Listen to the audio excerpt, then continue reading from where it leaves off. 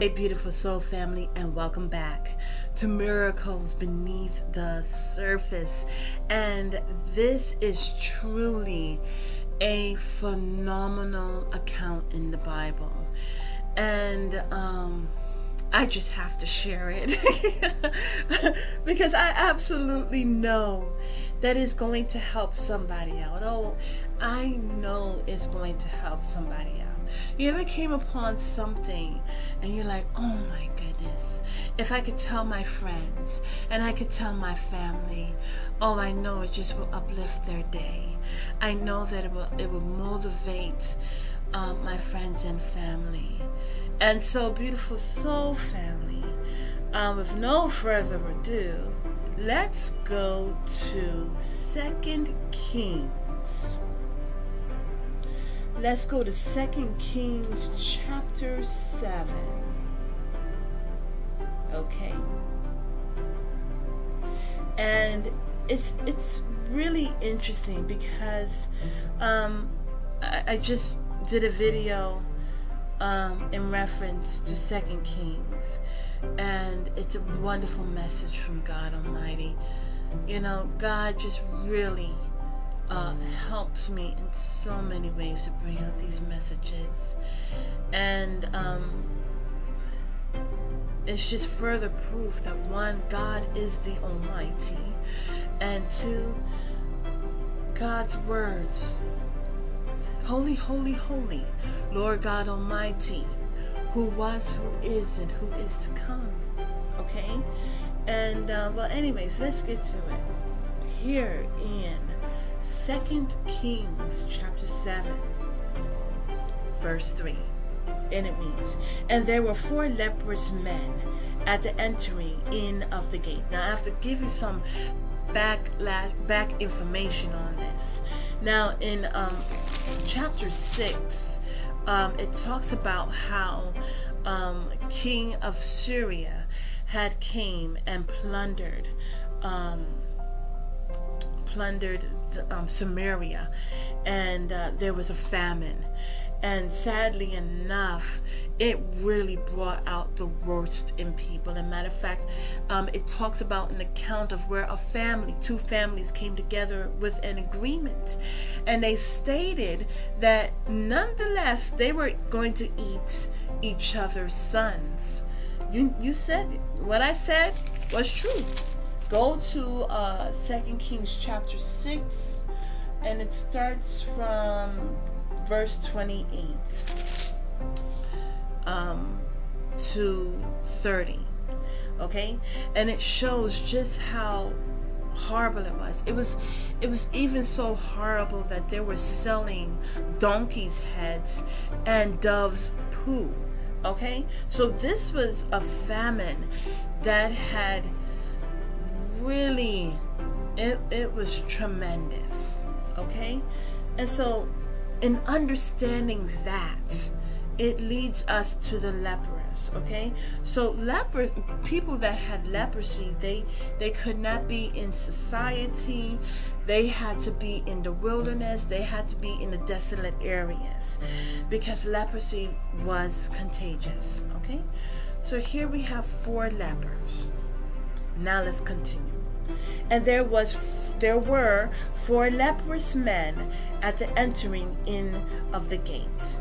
And they said one to another, why sit we here until we die?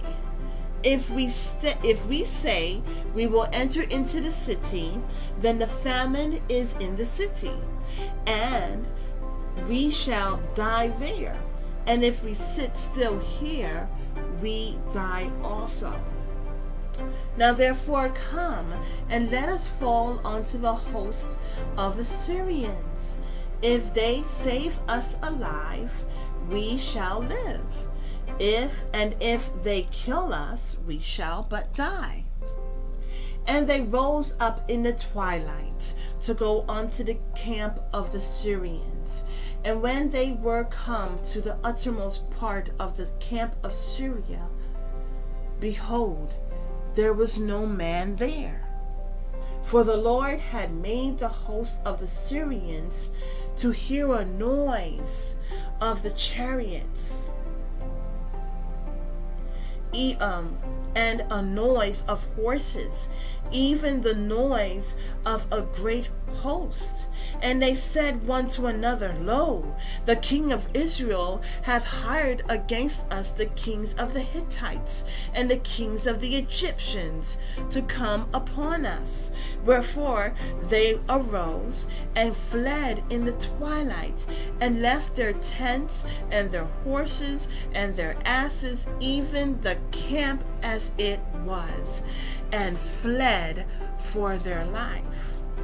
Now, I think that is really interesting. I must take a sidebar here, because as brought out in the account of Lot's wife, they were to go far off to save their lives. But Lot's wife turned back. Okay? And it's so interesting how a people who do not worship God, don't know anything about God, they at least have enough sense to save their life, to leave it all behind to save their life. Okay? Now, here, let's continue. Verse 8. And when these lepers came to the uttermost part of the camp, they went into one tent and did eat and drink, and carried thence silver and gold and remnant, and went and hid it, and came again, and entered into another tent, and carried thence also, and went and hid it. Then they said one to another, We do not well. This day is a day of good tidings, and we hold our peace.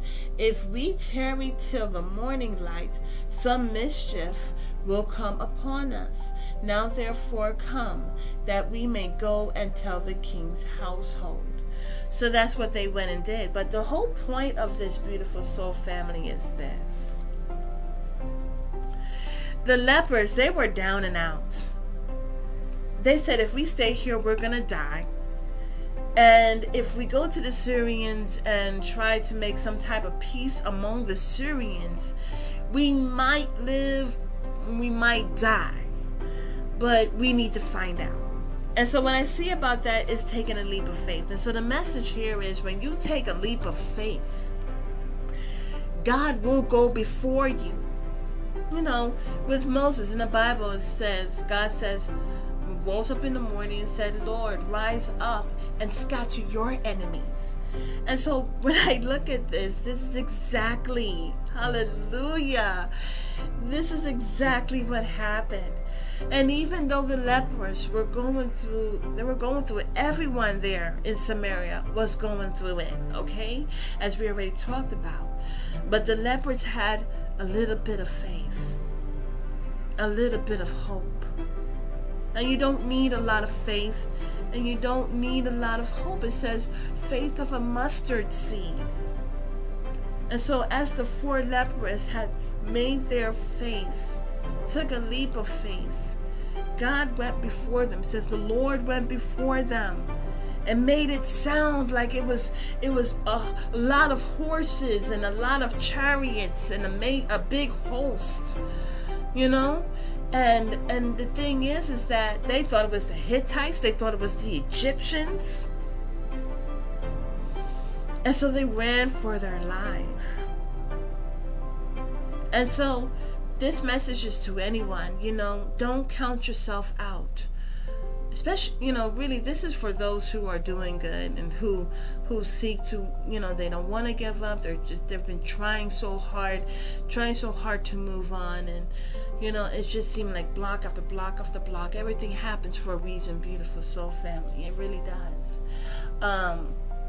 But continue to take leaps of faith and continue to have hope. In Hebrews chapter 11 verse 1, and it says, Now faith is the substance of things hoped for, and the evidence of things not seen. For by it the elders obtained a good report.